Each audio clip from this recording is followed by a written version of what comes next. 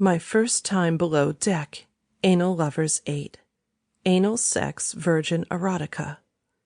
Written by Kimmy Welsh. Narrated by Talula Rouge. Copyright 2022 by Kimmy Welsh. My First Time Below Deck, Anal Lovers 8. After my parents divorced, I just took off traveling. I'd always wanted to see more of the world, and now it felt like the perfect time. They'd each pleaded with me to stick around, but had eventually caved and competed in giving me spending money. I guess that was one of the perks of the divorce, at least.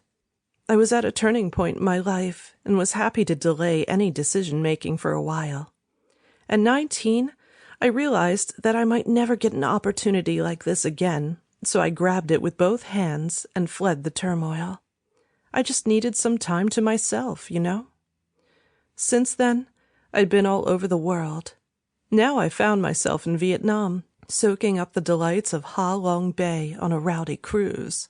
I hadn't realized what I'd let myself in for when I booked the cruise initially.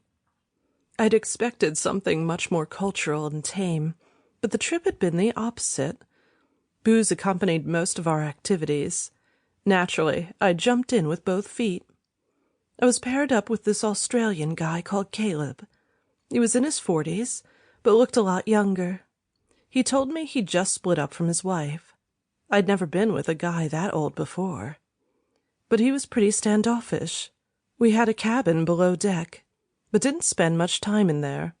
We spent the day chilling above in the sun, drifting by the majestic karsts that burst from the water, covered in lush green vegetation. It was the life. I had had many struggles during the trip, don't get me wrong, but this absolutely wasn't one of them. It was easy street, and a real chance to let my hair down. Boy, did I. The second night was the craziest of all.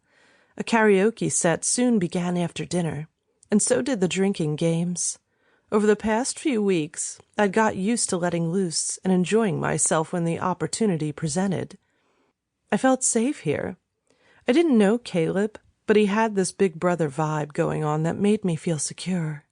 I was always quite shy and reserved, but putting myself out of my comfort zone had given me fresh confidence to really attack life.